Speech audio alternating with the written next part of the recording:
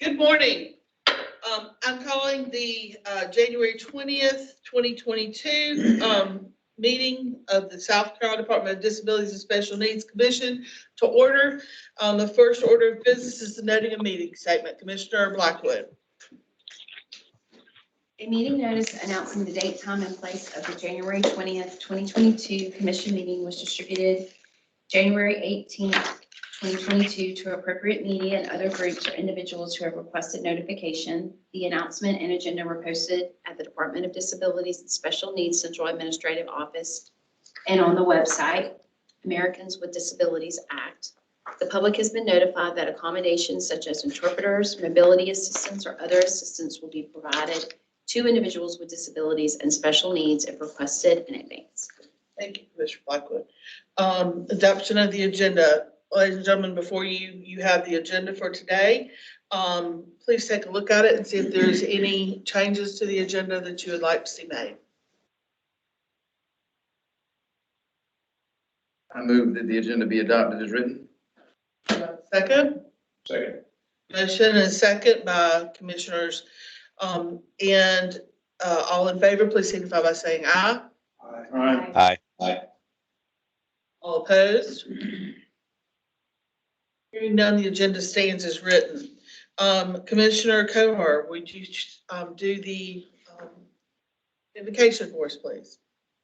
Father, we thank you for giving us the opportunity to be here to serve. We give you the thanks for all the blessings you've given us. Father, give us the wisdom to serve the commission well and provide for our people that we serve. In Christ we pray. Amen. All right. Before you on tab 2, you have the commission meeting minutes from December 10th meeting and January 7th special call commission meetings. Do I have a motion to approve the minutes as written and as distributed? I can second it. We can do it all as one, I think. Motion and second is given. All in favor, please signify by saying aye. Aye. Aye. All opposed? Hearing no opposed, the motion carries. Those minutes are approved. All right, we're going to move on to Commissioner's update. I am Commissioner Rollins, and I do want to thank you all for being here today and welcome you to our meeting. We are going to have a few little adjustments today throughout the meeting. I know our speakers for today had health issues and are unable to be with us, and I think 2 of our commissioners also are with us via wonderful technology that we now have at DDSN. So we're glad to have Commissioners LaMelle and Thomas with us via the internet. So we do have a full commission present at the meeting.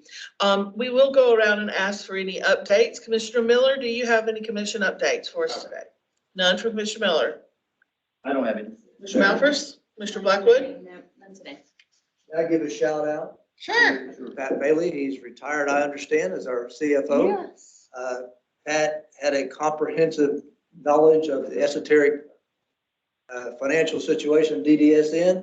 He knew all the financial implications, but he also knew all the implications for the daily life of the people we provide for. And I just think that he did a sacrificial job, and I thank you, Pat. Very nice.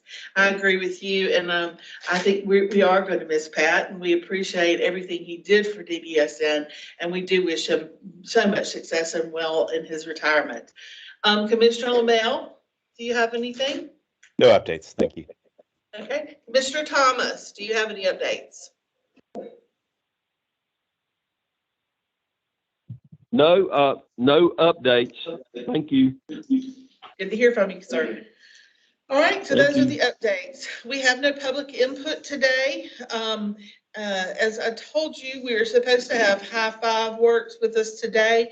Unfortunately, due to health reasons, they were unable to be with us, but you do under tab 3 in your booklet have a brochure about Five Works. I encourage you to take a look at this program. It looks great.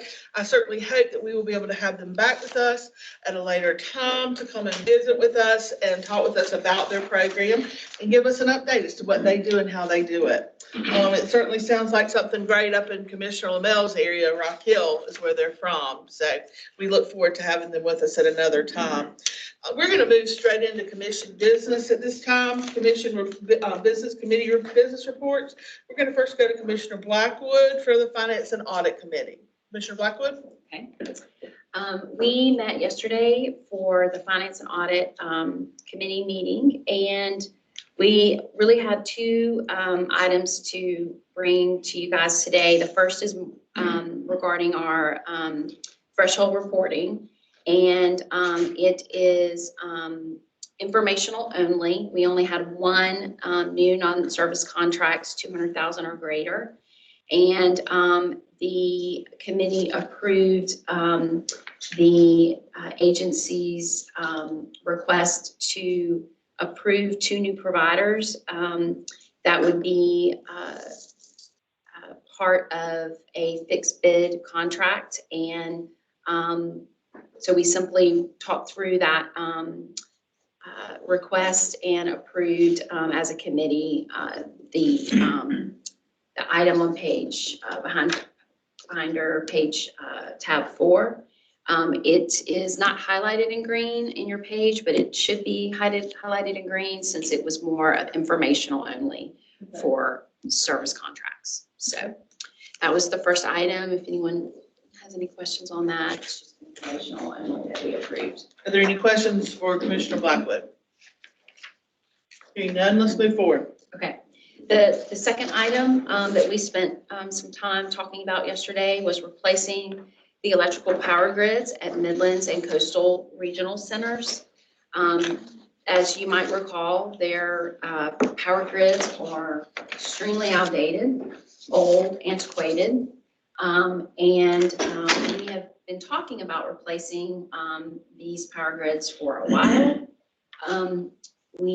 I think both of them have been in CPIP requests through the last maybe 2 years or so. I remember in 2020, we talked specifically about Midlands at that time. And so yesterday, the agency brought to us a proposal where we had some options to determine how we want to go forward in really implementing and installing and proceeding with the power grids.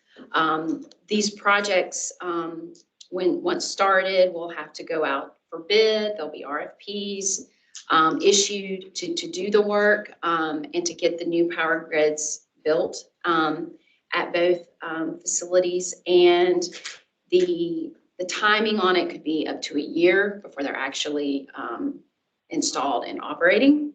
But for today, the committee reviewed several options on more about how to pay for the project and reimburse Dominican, which is the energy company that's going to, work with us on the power grid. Behind tab 5, you will see a summary of the options that we were presented as a committee. And the option that we decided after much discussion to recommend to the commission, the full commission, is option 2. Option 2, again, would allow Dominican to still own the power grid and maintain it once we install the new equipment that's needed to be installed and running the electrical needs of both of the facilities, Midlands and Coastal. The breakdown is pretty much that you see on tab 4, just shares the cost involved in an option 2. And after much discussion, we went with option 2, which is a little bit higher cost up front. But over option 3, that would be a little bit less upfront. And we kind of talked through that, just being option 2 being a little bit smarter approach. And so we voted and are bringing to the commission option 2 for a full commission approval for the, moving forward. All right, we take that as a motion and a second out of committee. However, this is a complicated process. Do any of you have questions about any of this? Because I know, obviously, those of us who've been on the commission a while have been reading through this and watching this and that kind of thing for a while. But I know Commissioner Coar's new to our commission. I want to make sure he understands that this is something we've been working on for a while. And if there are any questions, you ask them now. You're good. Okay. Hearing that as a motion and a second to approve option number 2, all in favor, please signify by saying aye. Aye. Opposed? Hearing none, the motion passes. We will approve option number 2 to move forward with the power grid replacement. I do have one question. Can you tell us when this process will start and when we can expect the project to complete? Yeah, after today, when we sign this letter of intent and send it to Dominion, there'll probably be around roughly 4 to 5 months for them to get their design and construction documents ready, for us to do the same on our part. Okay. After that, we'd have to put it out to bid, maybe a month or 2 to get bid prices in. And then you're probably looking at 9 to 12 months for construction time. So it's a significant process, and first step. 2 years? A year and a half, Year and a half? 2 years, Okay. something like that. So, yeah. Yeah. I know the supply chain is backed up at this point as well. That is a big concern with these transformers. High voltage electrical equipment is getting harder and harder to come by. And I imagine things are going to get worse before they get better, but that is one concern we have with some of the equipment. So yes. Well, thank you. We appreciate your work on this. And I know you've worked on this for a while, and we appreciate everything you do for us. Thank you. Thank you very much. All right. That concludes, anything from the finance. All right. Wonderful. Thank you for everything you do, Robin. Now let's move on to our policy committee, Commissioner Malpress. Thank you very much. I'm Barry Malphurs. Everybody knows, I think, the chairman of the policy committee and the vice chairman of the commission. The first, it's under item 7 under tab 7 in your packets. 6, voter registration. Oh, is it 6? Sorry, I don't get that good. I don't get that. It's 6. It starts on 6. We go through 7 and 8 and some others, but the first one is the voting rights and registration policy that we have completely redone to make it not only include registration, but also how people are to get help if they ask for it for voting and anything to do with voting. It's one of the most comprehensive policies I think that we've done in a long time at DDSN, and it's quite a well done policy, I think, by our staff. I don't remember right this second the lady that did it. They worked very hard on it. I do know that. There was a lady that worked very hard on it. I can't think of who it is right this second, but anyway, she did a very good job. And so, it was out for public comment, and it did not get any public comment, which was good. And so we are asking that would be coming out of our committee as a motion and second to approve the voting registration and rights policy, which is 53510 DD. Okay. Is there any comment? Well, I was just gonna say, it's Janet Priest who did all of it. Oh, yes. We would like to thank Janet Priest for her work on that. She did a very good job. Okay, wonderful, wonderful. And I suppose it has been cross-referenced with the voter registration laws and that kind of thing? Yes, very. It's very perfect. Perfect. It actually. That was one of the concerns we had Right. going into this. Oh, it's great. I truly believe all of our concerns were met in that regard. I do have one question in regards to this policy. How will we make sure that and Rufus may have to answer this question, but how will we make sure that our staff knows about this policy and actually implements this policy? Well, I would just encourage anybody that had anything to do with voting with any of the people that we serve to read this policy, because if they read it, they'll completely understand what it says. And I would encourage anybody to do that. I would like to know how we would encourage, how exactly we would encourage people to read it, but I would strongly encourage people to read it because it says what you can and cannot do. I guess they would do it in a training session or something. Is that correct, Rufus? We'll publish it. Lori or Rufus? Yeah, we'll publish the updated directive, send it out to the network, and then during forums that we have with providers, which we have one scheduled for Monday, Okay. will highlight this directive in particular. Perfect. Just wanted to make sure of that. Because this is an election year, everybody needs Right. to understand. That's So, right, that's right. so it's a very important time for that. Very good. All right, we have a motion and a second coming out of committee. Is there any further discussion? Commissioners Thomas and Lamel, any questions? I would just reiterate what Barry said, commending staff for the excellent work they did to meet our concerns and also to follow the statutes very, very closely. I think they did a tremendous job on this. Yes, I agree. I agree. Okay, Commissioner Thomas, Yes. do you have any questions about this policy? No, I'll pop in if there's a question. Trust me. It takes All me a right. second to unmute. Yeah, wait. It takes me a second to unmute because I've been told don't do a, I need to be muted so it doesn't pick up background noise and stuff. So give me 10 seconds before you assume that I have exited the building or something. I have to check on you every once in a while just to make sure you're still out there with us. I won't go to sleep unless I give you notice. How's that? Okay. Let me know if you fall asleep. I'll call you. Yes, sir, Commissioner. I want to say one other thing about it, if you don't mind. It is one of the most wonderful ways in which we can tell that those with disabilities can be treated like everybody else. Because the voting makes them have to do like everybody else does in order to get help and in order to get assistance or in order to be able to vote. So it's a wonderful indication of how we can, which is what I and many others try to do so much is treat them like everybody else, which is exactly what this policy does. Very good. All right, we have a motion and a second. Any further discussion? Hearing none, all in favor, please signify by saying aye. Aye. All opposed?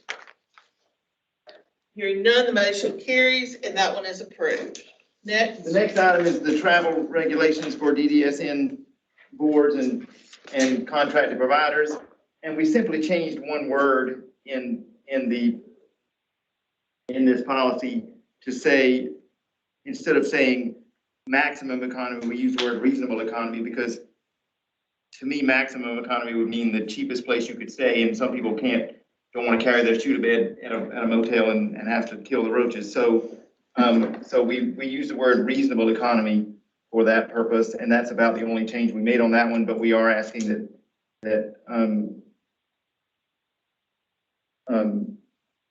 be brought to the full commission for approval today as a motion and a second.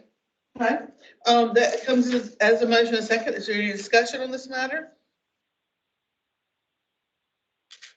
Hearing none, all in favor, please signify by saying aye.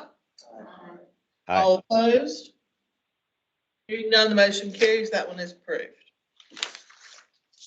The next item on the agenda relates to what was referred to staff. There is, the next policy is 300-04-DD, and I would ask that we would,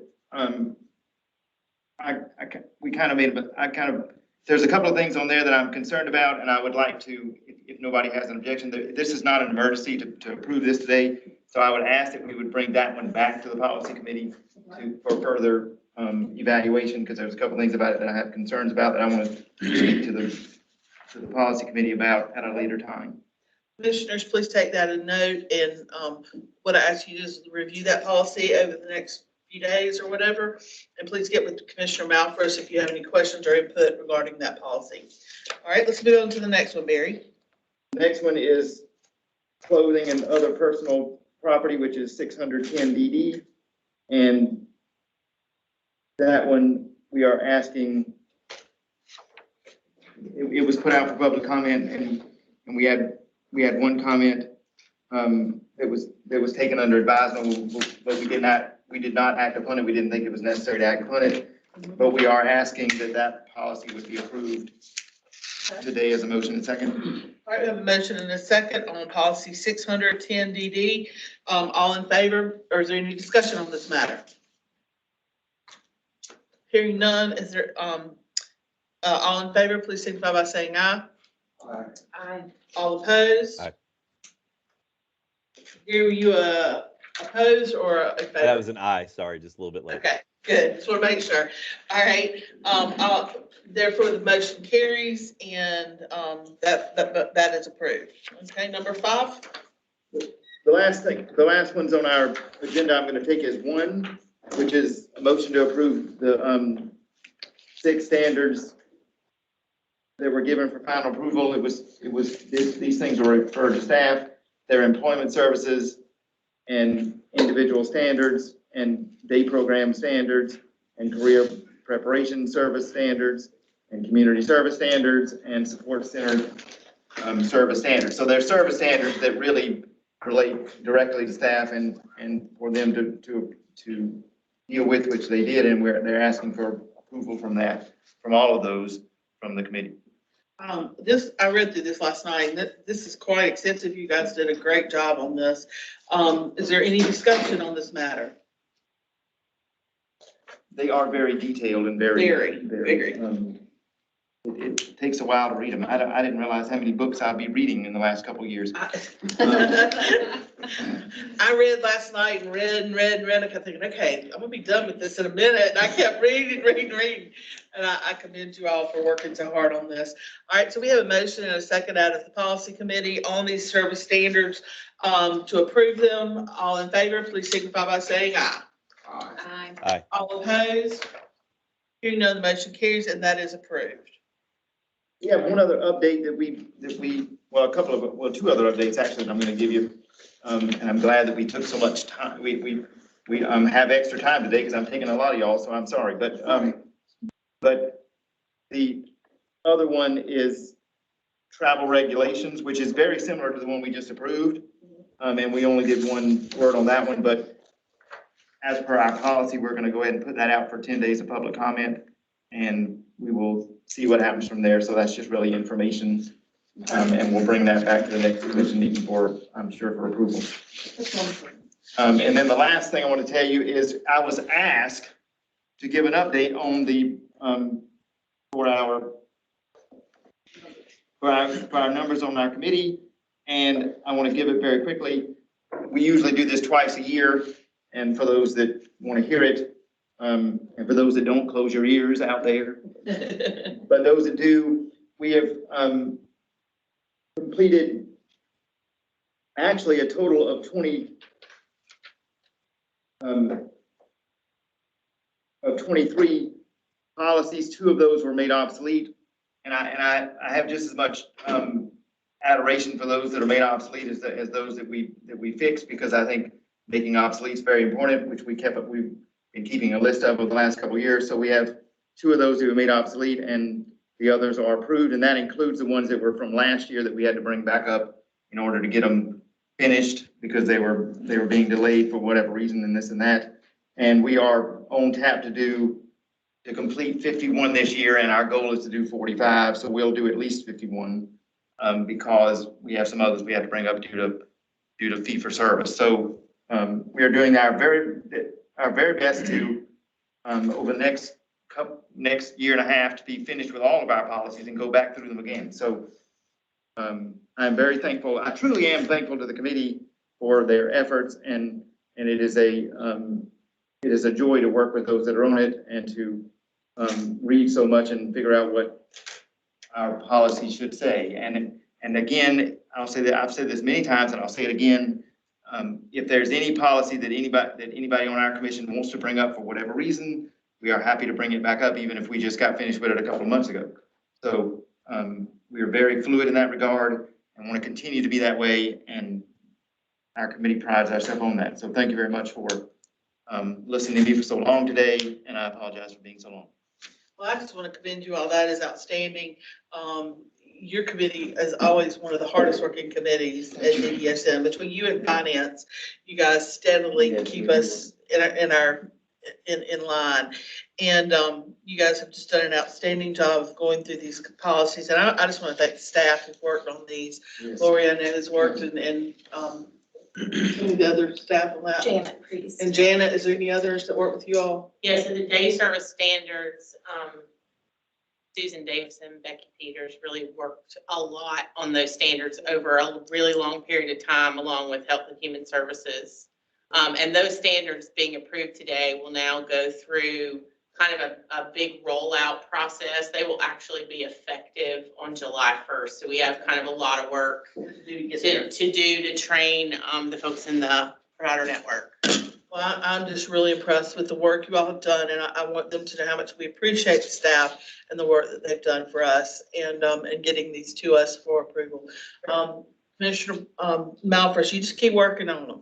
Thank you very much. And Lori, I'd like to thank you for your help of keeping everybody moving, because we love to move around here. We don't want to just sit still, because if you sit still, you're going backwards. You're not sitting still. If you sit still, you're not keeping up with Commissioner Malfresh, I can tell you that. Thank you very much. All right, let's move on to our old business IDRD waiver renewal updates from Ms. Menace.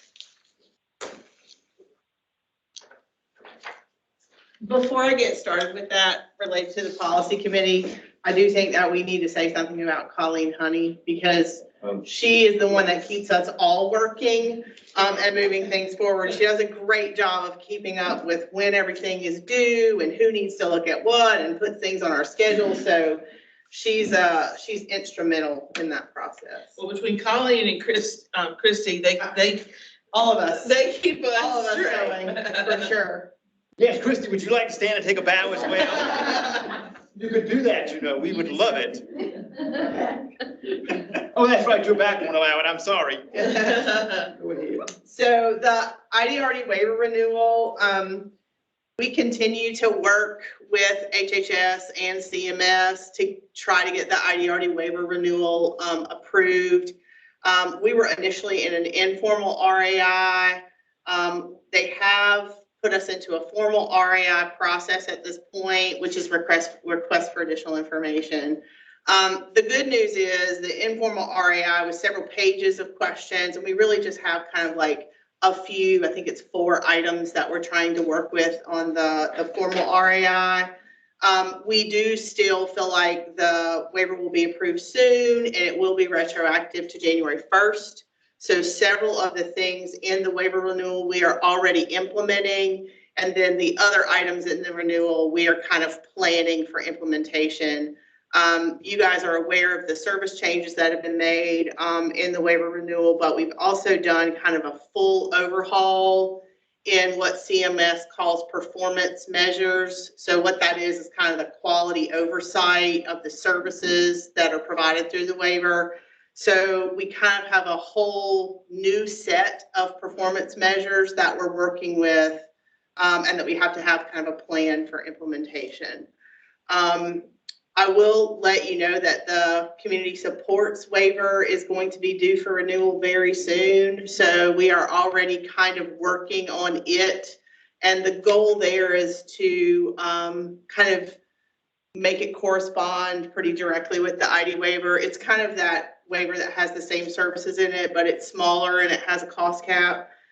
So the majority of the work was done in the ID waiver renewal, but the CS waiver, we're kind of morphing to make it more like ID. I think the public comment period and the draft of that will be sometime around the end of this month. And it has to be submitted to CMS by the 1st of April. So that's kind of what's going on with the renewal. Very good. Very good. For those that don't hear us every month, you want to say what RAI stands for?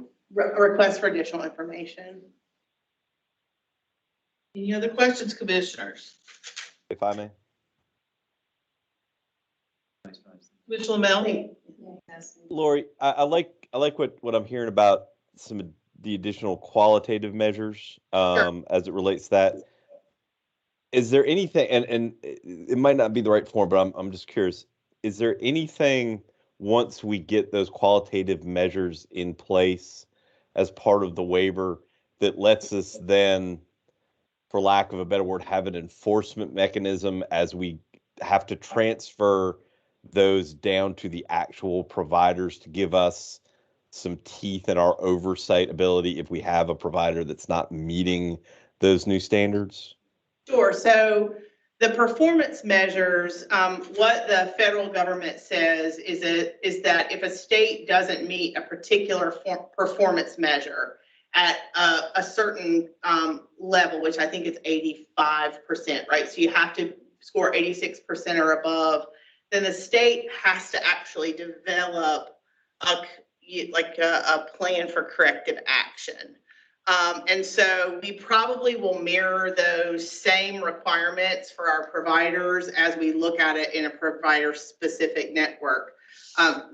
The thing to remember too is as part of these performance measures and quality oversight and the way that the role of DDSN is likely to morph as we move to provider direct enrollment with HHS, is we will be looking at more providers than just what has traditionally been the DDSN contracted providers, right?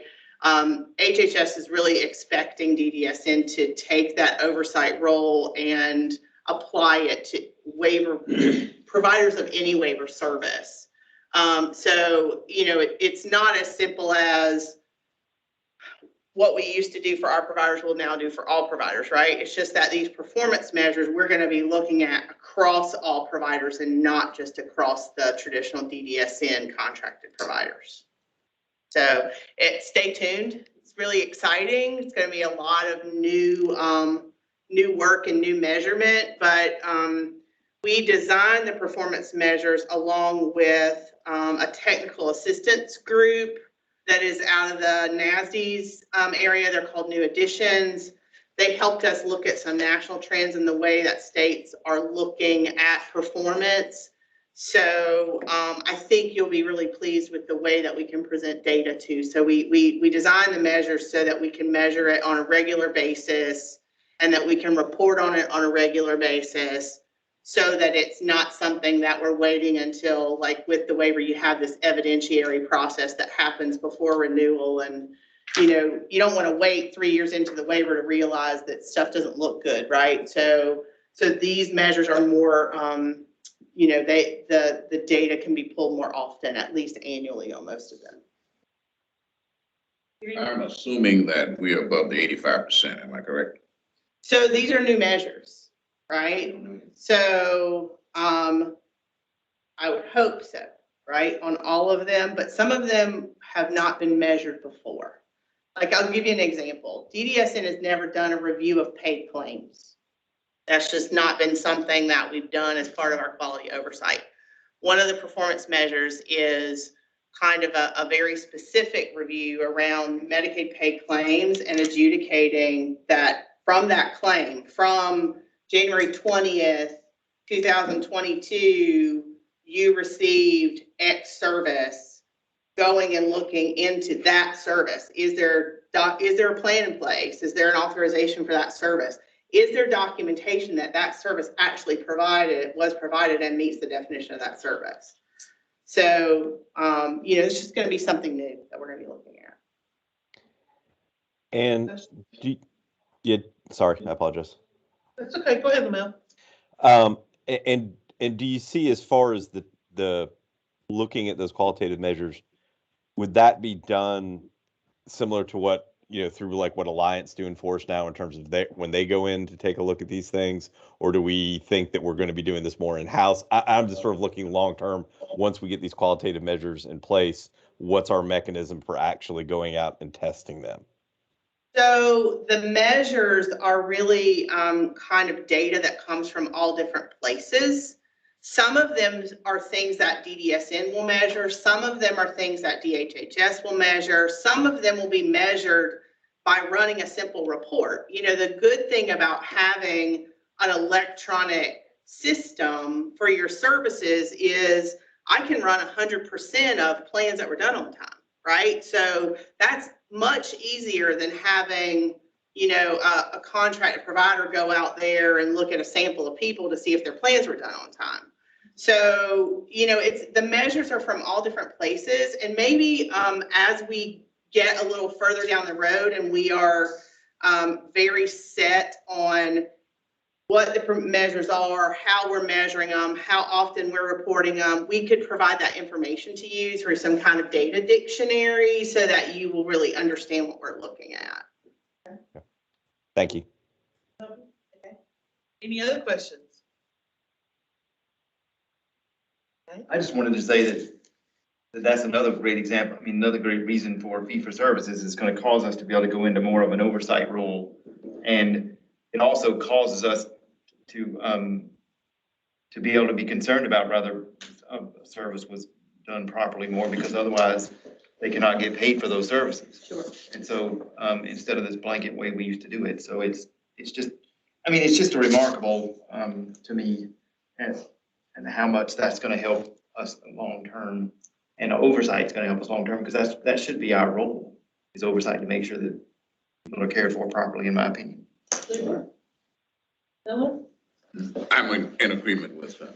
Okay. Okay. Thank you very kindly, sir. I love it whenever you're in agreement with me, because you're sitting right over here. And it's wonderful, all the way down this line, we have agreement. Do you have agreement with me? I do. Good. That means we have it all the way down the line. Well, I think Commissioner Lamell and Commissioner Lamell and Commissioner Thomas and Commissioner Carr and I agree with you too, Barry. Well, that'd just be wonderful, because that means the whole commission agrees. Not all the time, Barry. Not all the time. Only today, I understand that. You know. All right, we're starting the year out right, getting along. Yes. All right, so, Lori, let's move on and talk about your fee for service, update. So we continue to make progress on the transition to full fee-for-service billing with direct enrollment of providers to HHS for home and community-based services. That target date for implementation continues to be March 1st. So we're working towards that. On January 1st, we implemented a kind of a hybrid model so that providers would be able to take advantage of the rate adjustments that were made on January 1st. So on January 1st, if you don't remember, providers will continue to get that prospective payment. But once billing closes out, maybe the second week of February, we'll be running invoices and looking at the services that were actually billed against the amounts that they received, and providing some additional revenue if they billed more than what they got from the prospective payment. New contracts were drafted and sent out at the end of December to all home and community-based service DDS and providers. Those new contracts specify that those providers have to bill Medicaid for those services. We've gotten many of those contracts back, and we've executed the majority of them. HHS opened up provider enrollment applications for those providers. One of the requirements in that provider enrollment application is that you have that contract that's signed and executed with DDSN. So they're working through providers applying to become direct enrolled Medicaid providers and getting Medicaid IDs. Medicaid is actually pushing through provider enrollment for 2 providers. Those 2 providers, they're going to try to get them through the enrollment process quickly so that they can do some testing on billing ahead of the HHS billing training, which should happen sometime in February. DDSN is working with TheraP to create a billing option for our providers. TheraP should have that billing option available on March 1st. It may not be exactly kind of what we want it to be, but we have a plan to kind of enhance their ability to do billing between March 1st and July 1st. The TheraP will also do training on how to bill through their system, but it will occur after the HHS training, which will include how to bill manually, how to bill using their web tool, and how to bill like through EDI transfers, which is kind of how it would work with TheraP.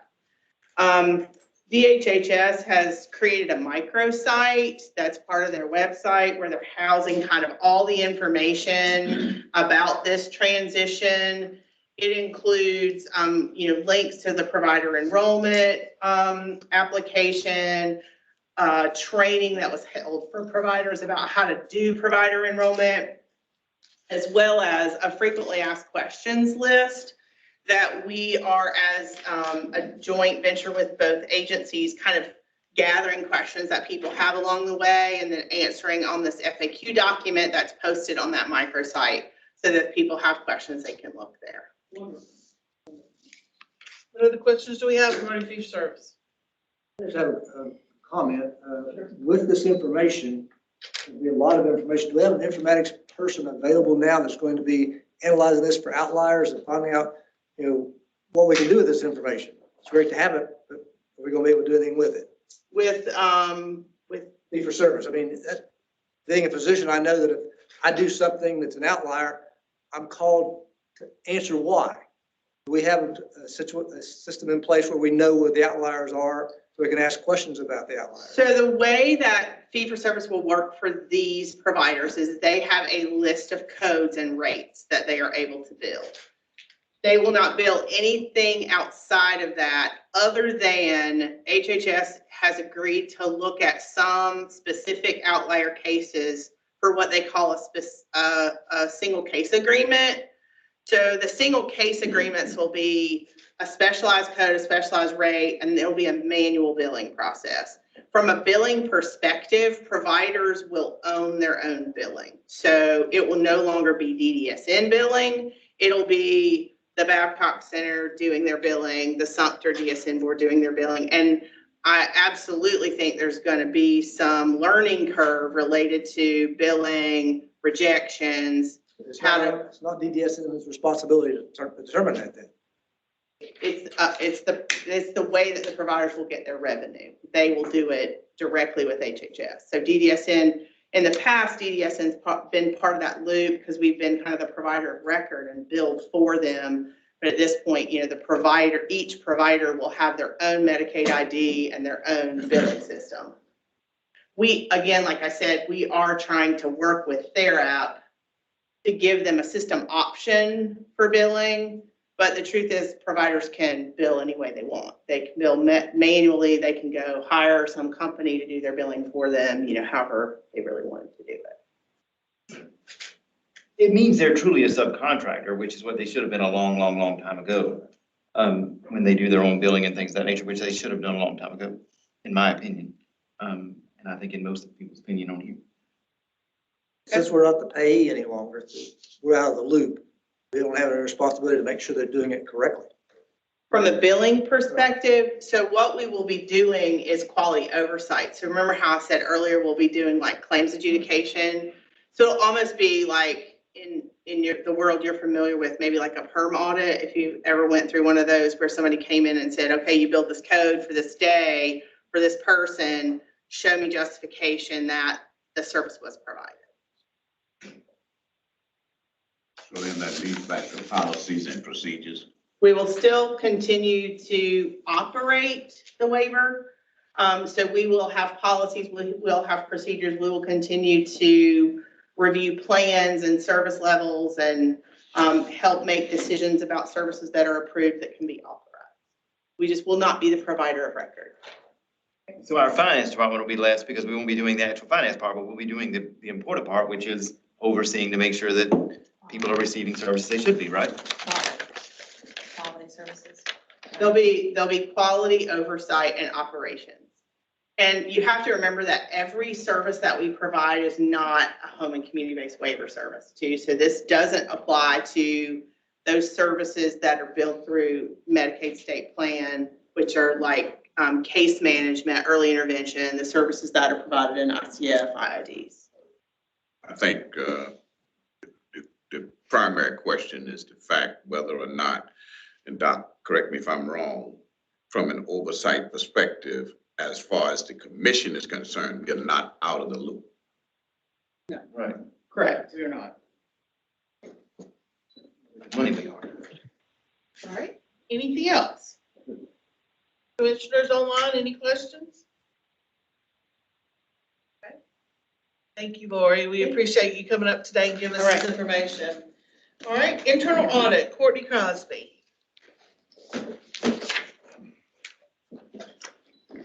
Thank you. So we're continuing to review agreed upon procedures reports. The deadline for the 2021 reports for the boards was October 31st, and we've received reports from all of the boards, including those that were granted extensions. We've received 2021 reports on agreed upon procedures from all of the private providers that have June 30 year ends. The reports for private providers with September 30 year ends are going to be due January 31st, so we expect to receive those any day. We have completed the review of 4 2021 reports for the boards and 3 for the private providers. It's 10 till, yeah, 11. Has he gained a lot of weight back, or you haven't seen him in a minute? No, he's morbidly obese. He doesn't have. Commissioner Thomas? I muted it for him. Thank you. And our 2021 contract reductions are currently $5,600. You all should have received a copy of the audit observation tracking report, and that went to your email. So we're going to update that tracking report as follow-up procedures are completed, and it'll be presented to you quarterly for information. When I first briefed the commission, I stated that there were a number of fiscal year 2021 projects that were continuing and carried over into fiscal year 2022 that we're working to complete. So we're starting to wrap up some of those engagements. So I'm going to be working on an audit plan that'll just kind of bridge the gap until we complete our audit universe and our risk assessment. And then we'll complete an audit plan for fiscal year 2023. So we'll have this interim audit plan that we'll develop in the meantime. So I'm going to create and send a risk survey to all of the commissioners and to the members of the executive team for their feedback. So I just asked to be on the lookout for that in your email. And then at the December meeting, Commissioner Lamel asked about our audit resources, and I stated that we would be posting a position for an IT audit manager. So just wanted to give you an update on that. The position description has been drafted. It's been sent to HR, and we're looking forward to getting that posted. So may I answer any questions? Questions for I? When you say 2023, we'll have this, for 2023, we'll have the plan, you actually mean for June of this year coming up, because we're going to do it from a fiscal year, not a calendar year, right? Right, so we'll have an interim plan to cover us through the end of the current fiscal year, and then we'll have a full risk-based audit plan for fiscal year 23. So it's really only 6 months we go without a plan. Right. Yes, for those that wonder. Yes. All right. You got it. All right. Any other questions? Thank you, Courtney. I appreciate that. All right. Let's see, legislative update. Tommy Windsor.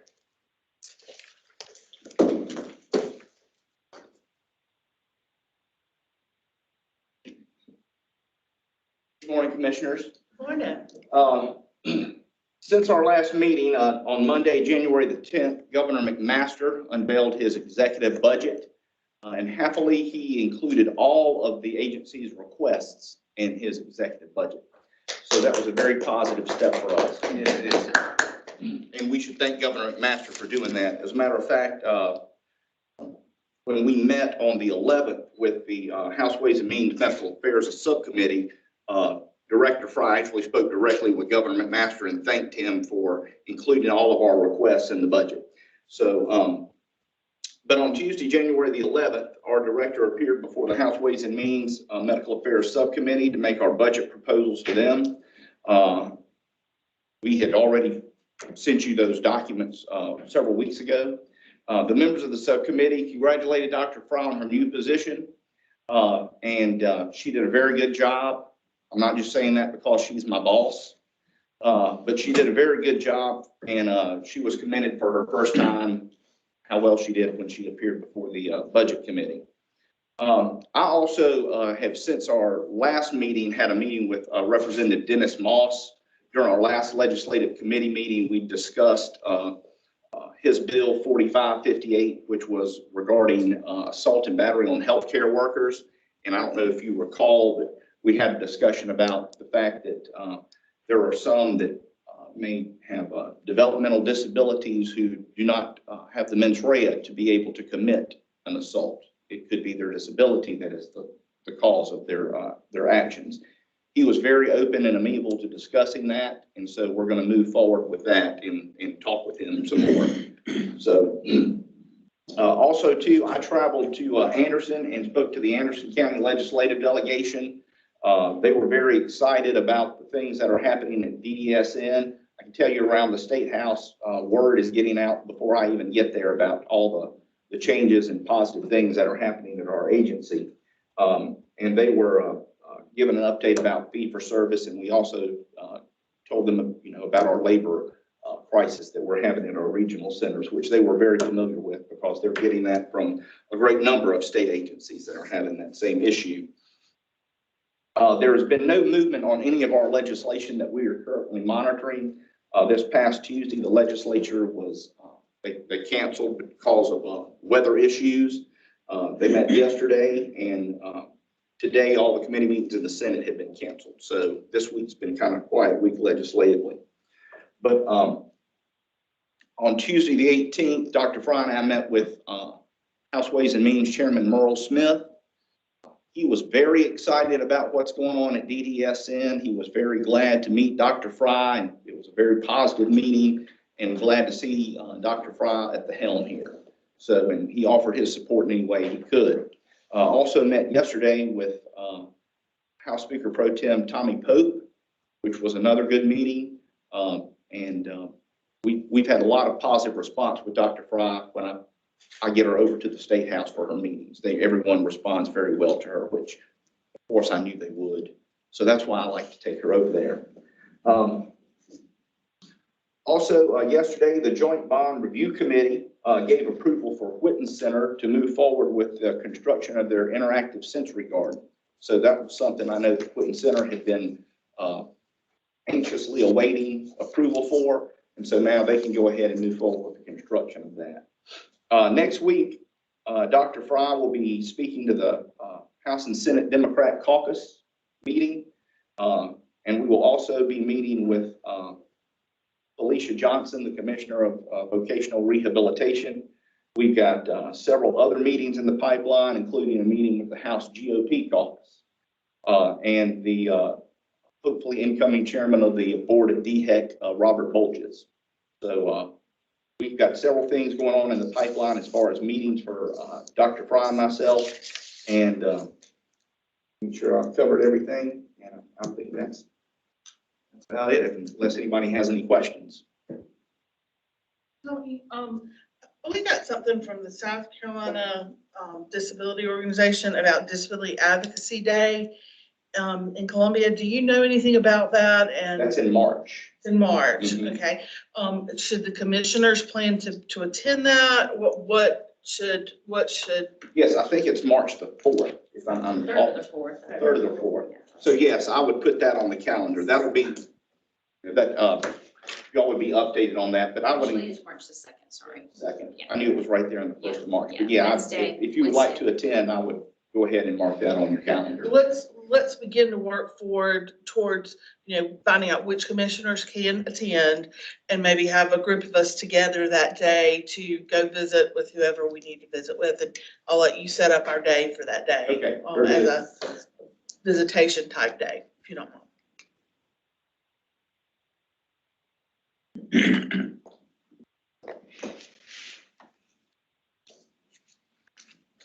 All right, any other questions for Mr. Windsor? Looks like things are going very positively, and I'm hearing very good things from the House members and senators that I'm talking with about the work that you and Dr. Fry are doing, and I commend you on that, and I appreciate everything that you all are doing. Like I said, the commission is here to help you should you need anything. All you have to do is call. Very good. Thank you. All right. Let's move on to the COVID update. Rufus? Good morning. As you all have heard, and some of you may have experienced, there's been a recent surge in positivity rates for COVID-19. Of course, we've been in this COVID environment for a protracted period of time. And I just want to commend not only the frontline staff, but also other specialists in our network, as well as here at central office and in our autism residential homes and our regional centers, the ancillary staff who remain dedicated to the mission. A lot of the frontline workers get a lot of praise and recognition, but there are a lot of case managers, early interventionists, employment specialists who have also been brave and engaged in families and continue to deliver services despite the risk associated with contracting COVID and post-contraction, recovering and getting back into the fight to carry out the mission. To date, DDSN reports 448 positive cases of COVID among individuals that we serve in our centers, as well as our autism homes, and 766 staff. I will report that this most recent variant of concern, we're seeing a lot faster recovery, although there is some post-acute sequelae or lingering effects, but staff are able to get back to work, sooner than we experienced early on. The amount of expenditures associated with COVID since the initiation of the declaration of the public health emergency is $5.5 million. The net cost is 3.2, because as I reported on in prior commission meetings, we were successful in receiving some CARES Act money to the tune of $2.2 million. And so again, the net cost associated with combating COVID is $3.2 million. Today and tomorrow, we have meetings with members of the Department of Health and Environmental Control. They have been a true partner in the fight against COVID, along with the Governor's Task Force and EMD. We've been able to do a lot of positive collaborations and host some really resource-laden webinars. To that end, we will schedule a infection control webinar either the next week and a half. We'll solidify the date today and push that out to our network. And we'll also extend an invitation to the commission members, because again, these are subject matter experts when it comes to sharing information about mitigating the risk and spread of COVID-19. And so we think it's important. And again, we appreciate their receptivity, always willing to work with us and partner with us to push out information to our network and to those that we serve to keep individuals safe, and also to prevent the spread of this deadly virus. Since the last commission meeting, we published a situation report that's been archived on our website. I want to thank Rob and a lot of the staff who contribute to the situation reports. This makes situation report number 53. It's a real team effort, and those reports are laden with a lot of good information, not only relative to business continuity, but also to keep you and your family safe. And so if you haven't looked at those reports, again, they're archived on our website in chronological order. And again, it has a wealth of information. And again, I want to thank the team members who contribute to those reports. And then the last thing that I'll mention is, again, just the heroic actions of our staff.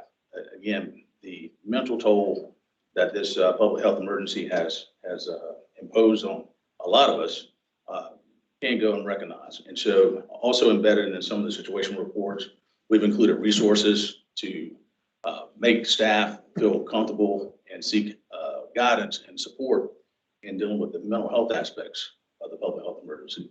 We've lost some of our colleagues and really haven't had the opportunity to mourn, fallen members or people that are in our care that pass away, because again, every day we have to maintain the mission and maintain business continuity. And there are a lot of folks that haven't had the opportunity to take vacation or time off because, again, our workforce is decimated. So the human toll, can't be understated at all. So when we talk about stats and figures, that's important, but the human toll and really the resiliency and bravery of our staff and within our network is to be commended. So that's all I have. I have a couple questions. Yes, ma'am. All right, you said we had 448 and 766. Of that, does that currently have the virus or have had it since it started? Confirmed positive cases. What is our current number, like as of this month? Do we know what it is since the first of the year? Yeah, actually, as of this week, we have 19 new resident cases at the regional centers. Okay. Is it all the regional centers or is it one particular? This is combined. Combined, okay. 31 staff cases, which is down actually from, a week ago. Okay. Where we had 61 staff cases and 44 resident cases respectively. Okay, that's good. Yeah. That's good. All right. Now it's been about a year since we put into place the bonus for vaccination. And we're headed into booster shots. Do we have booster shots available for our staff and our residents? Yes, yes, yeah. Are we incentivizing on that as well, or just on the initial vaccination? We're incentivizing booster shots. Okay. And of course, for those that remain unvaccinated, we continue to push out information to mitigate vaccine hesitancy and encourage folks to do so. So for staff, all staff who participate in full vaccination, they receive a $100 bonus. And then for those that participate and receive a booster, they get $50. Okay, very good. All right, and did we put a date, a timeline limit on that? And do we need to update that at all, or where are we with that? I don't remember what we did. It's not time limited.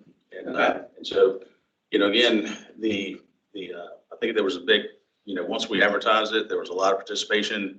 And so now it's just continuing to, like I say, educate, the folks that, again, remain reluctant to participate. Yeah. Just try to get them as much education as possible, particularly given, some of the settings, if you work at a regional center, it's vitally important because we know vaccinations, are effective and safe. And so, we regularly send out information to try to encourage staff to participate in vaccination.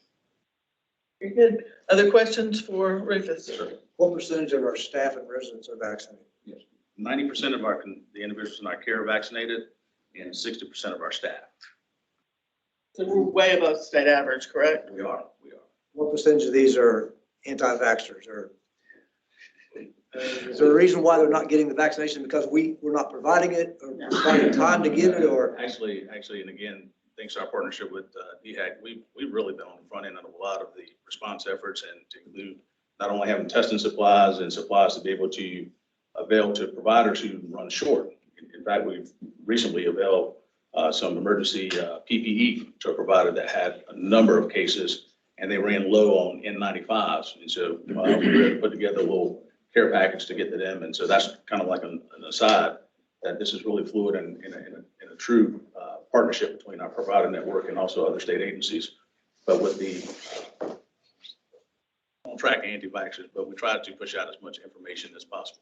Do we have a mobile group that goes to the centers? No, we actually have it on hand. So On hand? Yeah. So time is not an issue. They have plenty of time to get If you it. start at a regional center today, we have somebody that you accept and want to participate in vaccination, we can administer a vaccination to. 60% is not good. I mean, what? Hey, it's better than, That's what the state average is, I think, right now. What is the state average now? About 63%, I think. Yep, around 50%, 52. But one of the things to keep important, and you may hear about it, and we'll provide some information during the next commission meeting. There was a Supreme Court ruling that upheld the authority of the Centers for Medicare and Medicaid Services, authority to impose certain regulations tied to certain provider types or supplier types. And that affects our integrated care facilities. It's far reaching because it affects, I think, roughly 21 supplier types, from hospices to dialysis centers, ambulatory centers. But again, there's a push for a vaccination mandate. And so we have to make sure that we study that, make sure that we're not running afoul of the law, but also work with our partners over at Health and Human Services, DHAC, and also the governor's office to make sure that we're doing things in line with and in sync with the leadership of the state. For those, for the staff that are not vaccinated, do they have to use extra precaution? Do they have to wear masks all the time? What is our policy for those? Prison of care, everyone has to wear a mask, period. Okay. And of course, when there's confirmed positive cases, we escalate to N95, masks, and also gowns, and also the other protective equipment to mitigate risk of contracting COVID-19. Okay, so we are doing everything we can with that. Is there anything as a commission that we can do to help you? Just education, encourage, again, kudos to the staff that, immediately jumped in. And I've talked to some, Rob and I both, during our visits to the centers, talked directly to some of the frontline staff. And we always ask, actually, when you and I went to one of the centers, we talked, hey, you've been vaccinated? Do you know about the bonus? Yeah, I'm holding out, and the emergency use authorization was a reason for some. But since that conversation, FDA approved Pfizer. So the emergency use authorization that a lot of Pfizer is actually FDA approved. Moderna, Janssen vaccine, or Johnson & Johnson, are still operating on the emergency use authorization. But again, science, has been clear and can clearly demonstrate that vaccines are effective and safe and actually help you avert death and minimize the symptoms associated with COVID-19. If we Could had. I jump in and ask a question? Sure. Commissioner Thomas? Yeah, this is David. Well, I hate to be a contrarian when it comes to an issue so sensitive and so publicized and everything, but mark me down as somebody who has very, very serious questions about whether or not variants are going to be effectively treated by various vaccines. I believe what we're going to see, and I think there's some evidence for it, is you're going to see variations, just like the flu. You will have yearly variants of the flu. You're going to have yearly variants of one or two of the vaccine. And I question whether or not the vaccine is going to be applicable to all of the variants, just like the flu vaccine you might have seen in 2000 would not be helpful for the 2001 or 2021 for the 2020 and the 21. You're going to get a different variant vaccine, and part of the problem is trying to pick out the flu variant that they make the vaccine for. So we may run into the same thing. I just hope we'll keep an open mind. I'm not so autocratic as to just say X, Y, and Z have to be done because now there's a big question about whether or not the little fluffy, simple little face mask did any good whatsoever. And so I just have a question. I don't have a hardcore position, but you're talking to somebody who's not been vaccinated, and I wear my mask where it's required. A lot of people get their vaccine and wear a mask and get COVID. I have not had any of that and have been out in the public. I'm in the upstate, so we're pretty wide open in the upstate and have not been sick in 2 years. That's it. Just you might find me to be the Lone Ranger on this issue, but I will bring it up as we keep on discussing and this condition continues or situation continues to evolve. Actually, you're not a Lone Ranger on it. I would say that I have been vaccinated, but I do support I do have a affinity for those that do not want to be vaccinated for whatever reason. But so I don't think we need to force vaccinations on anybody. And I just think it's because otherwise we'll end up with a lot less employees around here than we have now. So that's very important to Have we had realize. any deaths this year that we need to acknowledge because of COVID? Yeah, there were some deaths, and again, we have to caveat it by saying that there are underlying conditions. So the fact that you were positive for COVID or you were battling COVID symptoms, the cause of death it's not COVID, it's other complications. Sure. And so, every loss of life that for someone in our care is traumatic for us. Sure. And again, the staff, again, they're true heroes because they don't have time to warn, particularly with the hours they're working. So Exactly. I think that anything that we can do to celebrate life and contributions of staff and folks that we've had the privilege of serving is an event worth. I'd like for us at some point acknowledge those folks who have passed, who have worked for DDSN, who've passed from this virus. I think that, that's something we need to look at. We need to know those names of the people that have served under us over the last 2 or 3 years that we have lost. I think an excellent idea would be to have somebody read those names at one of our meetings. I would like that So that if we could pull something official. together maybe for the next time. Even our, I don't know how many constituents we've had to pass away, but I think it's important that we remember those folks and that they know that their families know that they're remembered and they were appreciated. So if we could work on something like that, maybe for one of our meetings coming up, that would be great. All right, any other questions? I'm sorry, I have one more. I have one. Sure, go ahead.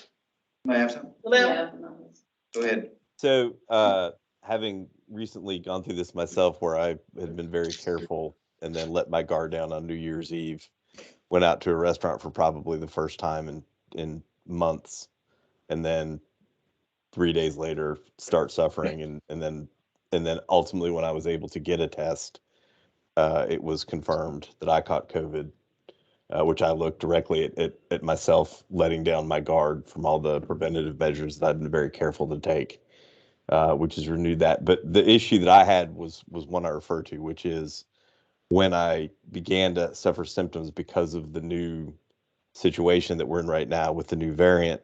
Testing is very difficult. If you're out there where it was possible to go get a PCR test and have that test done within 15 minutes of driving up to a location here in York County and get the results back in a day, now it's a 4 to 5 hour wait just to get the tests. The tests themselves are coming back a lot later. There has been, from the federal government, the ability to, they've propagated out having some at-home tests. Again, not nearly as accurate as PCR tests, but it is something. My question to you, Rufus, relates to the testing. One, how is our availability of testing when we have people who have symptoms, because it's very difficult? And two, does it apply to DDSN in order to take advantage of getting a supply of these at-home tests to have some level of testing available on a quicker basis than a PCR test? So if you could speak to me just a little bit about that, I would appreciate it. Our testing capabilities and supplies are adequate. We've had testing supplies on hand throughout the public health emergency. We've actually are fortunate, and again, thanks to our partnership with the Department of Health and Environmental Control, we were able to get early on some of the rapid tests, the Binex testing kits. And so, so we've had multiple types of tests and at our disposal. And so there's not any testing needs there. I am aware of some of the areas in our state that there was, I guess, low or there wasn't access to testing. And so in the most recent situational report, we actually published some resources that we received directly from DHEC to help those agencies out and share that information with stakeholders in those respective areas. And so from an at-home use, yeah, that's not something we're going to pursue because, again, we have testing supplies in abundance. And like, again, DHEC has been great to work with. And in fact, we've started an interagency meeting specific to infection control, not just with COVID or this recent variant, but we're going to have that weekly with our meeting scheduled for tomorrow. Today is about finalizing the plans for our webinar. So we're able to actually get results back quicker than what the normal person. It's not anything special or consistent with us. It's the type of test. So we have rapid tests, and then we also have a lot of these tests that have to go off, and I think it's about 48 hour. That's good. 2-hour turnaround. Okay. All right. But if I understand you correctly, what you're saying is that at least in the regional centers, we have the testing materials we need so that we're not having to go out and get the testing materials. We can get the test done within a couple of minutes of somebody needing it. We still have to wait for the results to be processed as normal, but nobody's having to wait 4, 5, 6 hours like it was when, up here for the major testing site, it was probably a 4-hour wait just to get the sample taken. So we're not having that issue. Okay. Any other questions? Just a comment. Yes, sir. The Miller? word immune, everybody's system is different. I'm not a doctor, but immune plays a critical role. Some people have different ailments. Their immune system is down real low. So that can also make a difference. The difference between mine and Barry, mine is 100, Barry might be 50. Could be, yes. And I would think I was less than you is right, in a lot of ways. But I had one last comment or question. No, it's not a comment, it's a question. About, and it relates to finances for those that would wonder.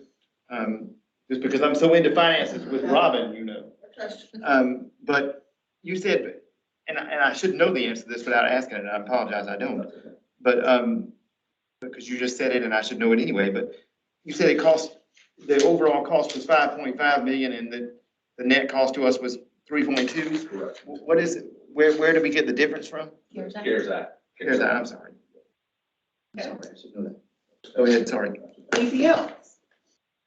All right, hearing none, we're gonna move on. All right, thank you so much, Rufus. We appreciate that. And please let the folks know we are thinking about them and we are praying for those who have COVID, and we'll be hoping that they will be back with us feeling well soon.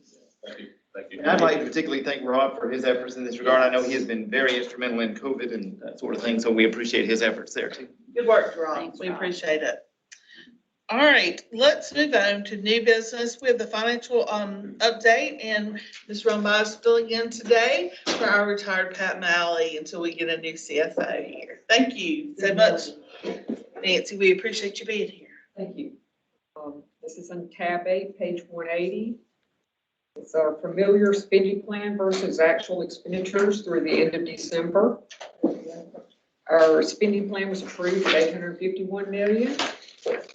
DDSN has expended 341, and our wash expenditures that are at HHS are at 69.6.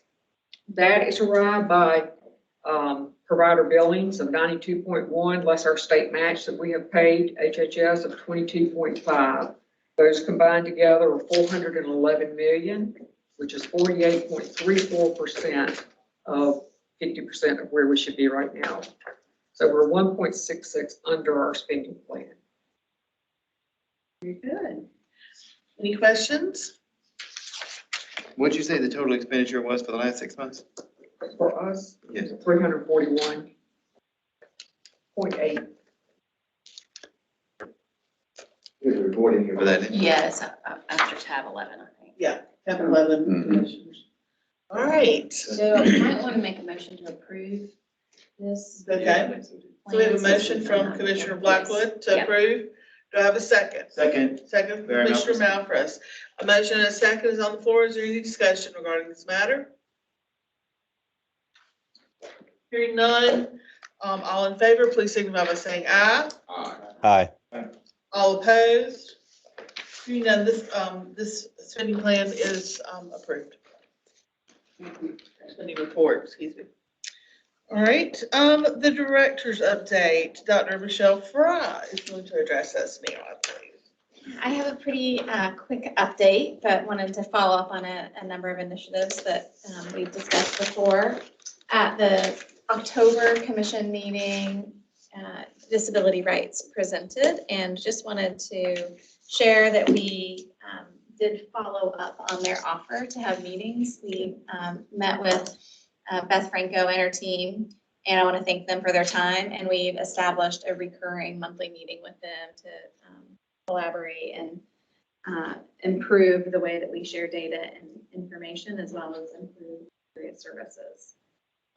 Also, we have continued our efforts with Apprenticeship South Carolina, and we just had another meeting with Dr. Amy Firestone and members of her team to discuss the partnership that would establish apprenticeship programs that would both assist us in recruiting new employees as well as provide some upward career paths for our direct care professionals. And we're working to create a pilot program with Midlands Technical College to give new and existing employees educational opportunities, including earning their CNA credentials. And follow up to our special meeting, wanted to share that we were able to distribute information related to the 6.2% FMAP the same day, that Friday. And we're already distributing dollars and continuing to receive information from providers who want to access those dollars. So those are our main updates. Okay, very good. Anything else? Oh, I'll just highlight that we will have our meeting, the monthly provider meeting that we recently established on Monday at 2 p.m. And for those listening, we are monitoring that email inbox that we shared where providers can submit requested topics for discussion or questions. So just a reminder, that's forum agenda &FAQ@DDSN. Okay. It's live stream, that meeting. It's not live streamed, but we would be happy to share with the commission the Teams link that we utilize. Okay. Is there any questions for Commissioner Fry? Director Fry, calls her commissioner, sorry, give me a title. He wants to get paid. That's right. She doesn't Yeah, do she don't want to that. be commissioner. Exactly. Yeah. I don't do that. In all fairness, I wouldn't want her for either. I agree with you. I wouldn't trade it for the money. I wouldn't trade it for the money. No, I wouldn't trade it for the money. Is there anything else? I do want to commend you. I've heard great things that are happening at BDSN, and I had the opportunity to talk with some legislators, and they've all been very impressed. And I heard you did a really good job doing the budget, and so congratulations on your first few months here. I hope that you're settling in, and I want to reemphasize to you as a new director, if there's anything we can do for you, I hope that you will call on the commission to help you if you need it. Okay. All right, believe it or not. I just wanted to say before we. Please. Please let me say one. I haven't already said enough. I know some people out there thinking. But I just wanted to say that I too, which is not easy for me to say, but I too am impressed with Ms. Fry and what she's been able to do over the last 90 days or so. And that's not easy for me to say. Many of y'all know that I'm not very good on giving compliments, but I would like to give her a compliment on that situation because she has answered all of my questions in a detailed way, and her and I both believe in, as Reagan said, trust but verify, and I can see ways in which that's occurring, and I'm very thankful for that. Well, and I appreciate our staff working with her. I think, we're in a huge retirement period. A lot of our staff are retiring. And so we are bringing on a lot of new staff. Do you have some new staff that you want to introduce or tell us about? I will highlight that we do have a new staff attorney, Carolyn Benson. I don't think she's in the room, but we could figure out a way to We introduce could get her in the room and have a picture if she'd like. We have a picture person here today. We could add, and we are actively interviewing for positions, and we're hiring. So please check out the website. We have a number of open positions for which we're actively recruiting. And as you said, we have an amazing. Back, don't we? We have a new CIO? Yes, but he hasn't begun yet. So, okay. Haven't formally announced yet, but we have a new CIO starting. We're really excited. We think he's going to be a wonderful addition, and as you said, I'm so incredibly lucky to get to work with everyone at DDSN. Everyone is committed to the mission, and it's a great team. So I'll just emphasize again that we're hiring, and please look at our positions. Well, I'm glad to hear Constance is back from maternity leave. She is, but now she has COVID. So no, bless her heart. Our central office staff, as with everyone, has really been effective. Bless your heart. We've been quite sick over the holidays, but yes, Constance is back, and we are so happy to have her back. Well, we're glad she's able to be back with us. All right, is there anything further that the commission needs to address or discuss before we call the meeting for the day? It may not be appropriate. Do we have an update on the applications for CFO? How's that happening? Yeah, so that application window closed, I think, the 3rd or the 4th, and we are actively interviewing candidates right now. We had great candidates. I will say for the positions for which we are hiring, we have had wonderful candidates. We're incredibly grateful and excited to have such strong applicants who want to be part of the team. Wonderful. Wonderful. So we're looking probably within a month of having a new CFO. My hope is to complete the interview process and have an offer extended by the end of the month. But that's, assuming everything works nicely and the weather doesn't create any obstacles, but we've moved. We've had interviews almost all day the other day. And I can't thank the finance team and executive team members who have been willing to, you have to carve out time and then you wind up working late to make up for, and everyone's been committed to participating in those interviews in a meaningful way. So. Well, I appreciate it all. And I do want to encourage you all to be very careful driving home today. I know I'm trying to get us out of here earlier because I know up towards Robbins area, the weather is going to be rough. I think it's going to be rough for myself and Commissioner Miller down our way, and Commissioner Carr. You don't have far to go. You'll make it home. But those of you that are traveling who work here, please be careful on your drives home. We will be praying for your safety and praying that your weather holds out. Please call us if there's anything we can do for you. Your commissioner's phone numbers are on our website, and we are more than happy to take your calls and take your emails and obviously see what we can do to help. Anything further? Motion to adjourn from Commissioner Blackwood. Do I have a second? Second. Second from so many commissioners that I'm not sure who did it first. Thank you for being here. We are standing in adjournment. Thank you very much.